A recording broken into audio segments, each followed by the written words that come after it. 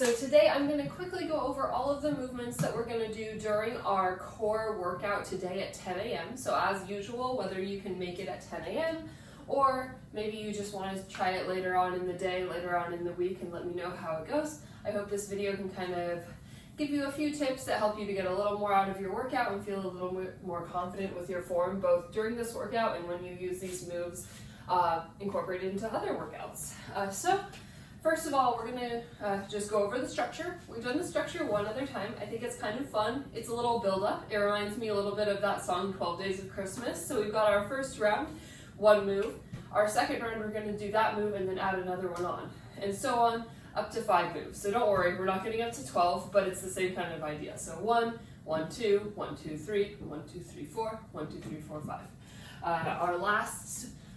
Our last movements will be the ones with the most reps per set, but then again, you're only going to have to do 1 or 2 sets of those last movements, so overall it kind of evens out to a similar number of reps per exercise.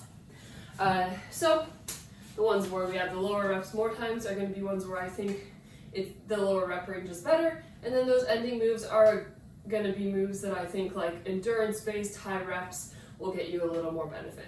So, first move, we've got 10, so 10 to each side of this crisscross plank. So I don't really know what this one's called. I mean, a lot of these plank variations have a lot of different names, so you might have seen it called something else if you've done it before.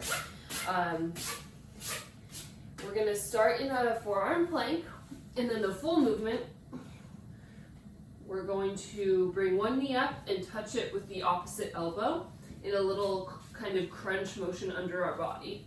Down and down. Okay, so 10 to each side, and then we're going to be moving on to our second move. So we'll do that one in our second round and then add this on. This is going to be a little hollow body roll. So this is like a kind of gymnastics inspired move. Sometimes people do it in CrossFit, bodyweight ab exercise. So we're starting lying on the mat. We're going to bring the shoulders off the mat, bring the feet off them and the legs off the mat, and then just rock forward, back, keeping a very stiff body. Okay, so if that kind of tightens up your hip flexors a little too much, it's a little too intense, you can bend the legs a little bit, do more of a boat pose rock here with the bent legs. Get a little more range of motion that will allow you to release more tension at the top of every repetition, and the bent knees will help you to kind of keep your quads a little more relaxed if that's a tough thing for you. So that's our 20 move. Into our third round, doing our sets of those, and then we're going to add our movement that we do 30 of. So this is going to be a little bird dog variation.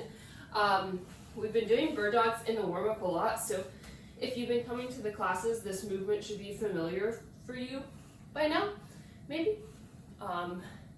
We're gonna start in the bird dog position, but lift the knees off the ground so that the shins are parallel to the ground with your toes supporting your legs, probably just a few inches off. And then we're gonna extend one leg out to practice one at a time and the other leg out. So if that feels good, we'll begin to add the arms in. So a lot of balance here. You're just on your toes.